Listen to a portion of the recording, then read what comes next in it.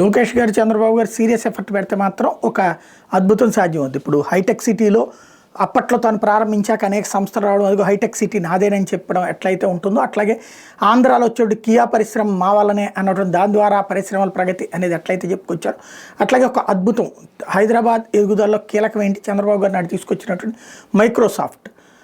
ఆంధ్రాలో కియా వచ్చింది, ఇంకా మిగతా పెద్ద కంపెనీలు ఏమి కార్ల తయారీ కంపెనీలు ట్రై చేస్తున్నారు, ఇంకా అంత ఇంపాక్ట్ రావట్లేదు.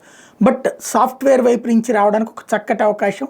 మెటాతో ఇప్పటికే ఆంధ్రప్రదేశ్ ప్రభుత్వం ఒప్పందం చేసుకుని మనకి వాట్సాప్ సేవలు ఇస్తుంది. ఇప్పుడు అదే మెటా వాళ్ళు వాటర్కి సంబంధించినటువంటి అండర్లైన్ కేబుల్ వేస్తూ దేశవ్యాప్తంగా సర్వీసెస్ అందించబోతున్నాను ఇంతకుముందే చెప్పుకున్నాం. దాని హెడ్ క్వార్టర్ వైజాగ్లో పెట్టిస్తే బాగుంటుంది, లోకేష్ గారు తలుచుకుంటే అని చెప్పుకున్నాం, అది బాగానే ఉంది. అట్లాగే మెటా వాళ్ళు తాజాగా major investment artificial intelligence powered humanoid రోబోట్లు తయారు చేస్తుంది. ఇది ఒక అద్భుతమైనటువంటి ప్రాజెక్ట్, చాలా ముఖ్యమైనటువంటి ప్రాజెక్ట్. ఇది కూడా ఆంధ్రప్రదేశ్లో పెట్టించగలిగితే తిరిగి ఉండదు ఇక ఆంధ్రాకి.